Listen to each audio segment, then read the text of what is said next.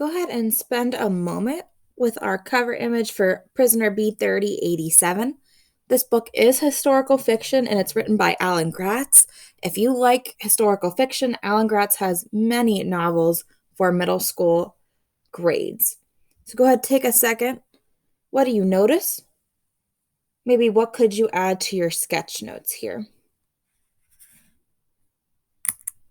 So, a summary from the back of our book, Prisoner B-3087.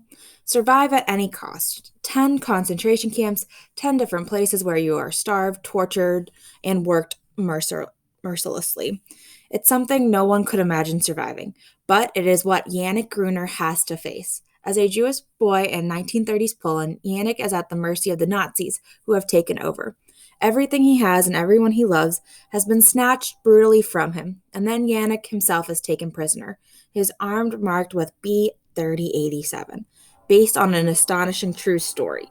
So, even though this is historical fiction, it is based on the true story of Ruth and Jack Gruner. He is called Yannick because he is Polish, but his Americanized name is Jack here. So, I am going to read part of the first chapter.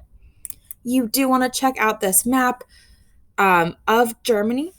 We're going to be dealing and talking about Poland and Czechoslovakia in our first chapter here.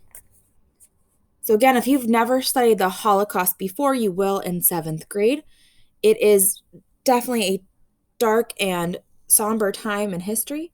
It is important to get to know and to learn this history so it never repeats itself again. So Prisoner B-3087, as I'm reading, go ahead and take your sketch notes here. Prisoner B-3087, Krakow, Poland, 1939 to 1942. Chapter 1.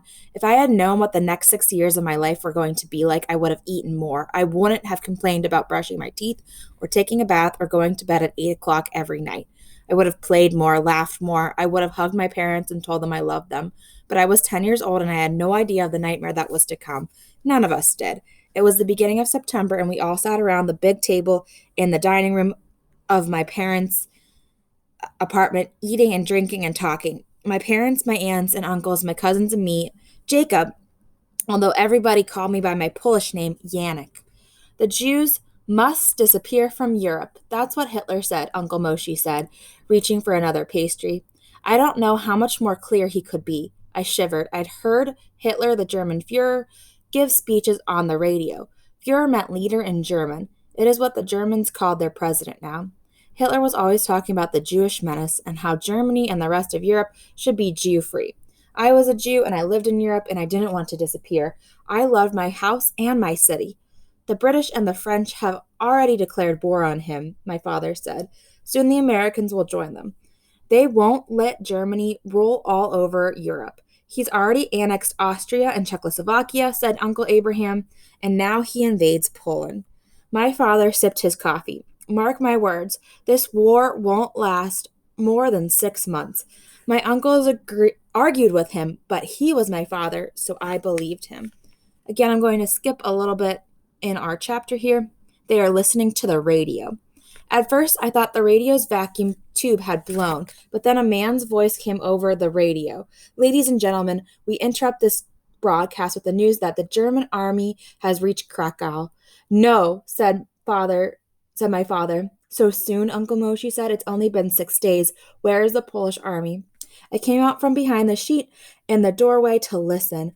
While the radio announcer talked about Polish forces withdrawing to Warsaw, there was a big boom, and my mother's teacups rattled in their saucers. My cousins and I ran to the window to look outside. Dark smoke curled into the sky over the rooftops in our neighborhood. Someone cried out on the next street, and the church bells rang out in alarm. It was too late. The Germans were here. If I had only known then what I know now, I would have run. I wouldn't have stopped to pack a bag or say goodbye to my friends or to even unplug my projector. None of us would have. We would have run for the woods outside of town and never looked back. But we didn't. We just sat there in my family's apartment listening to the radio and watching the sky over Krakow turn black as the Germans came to kill us.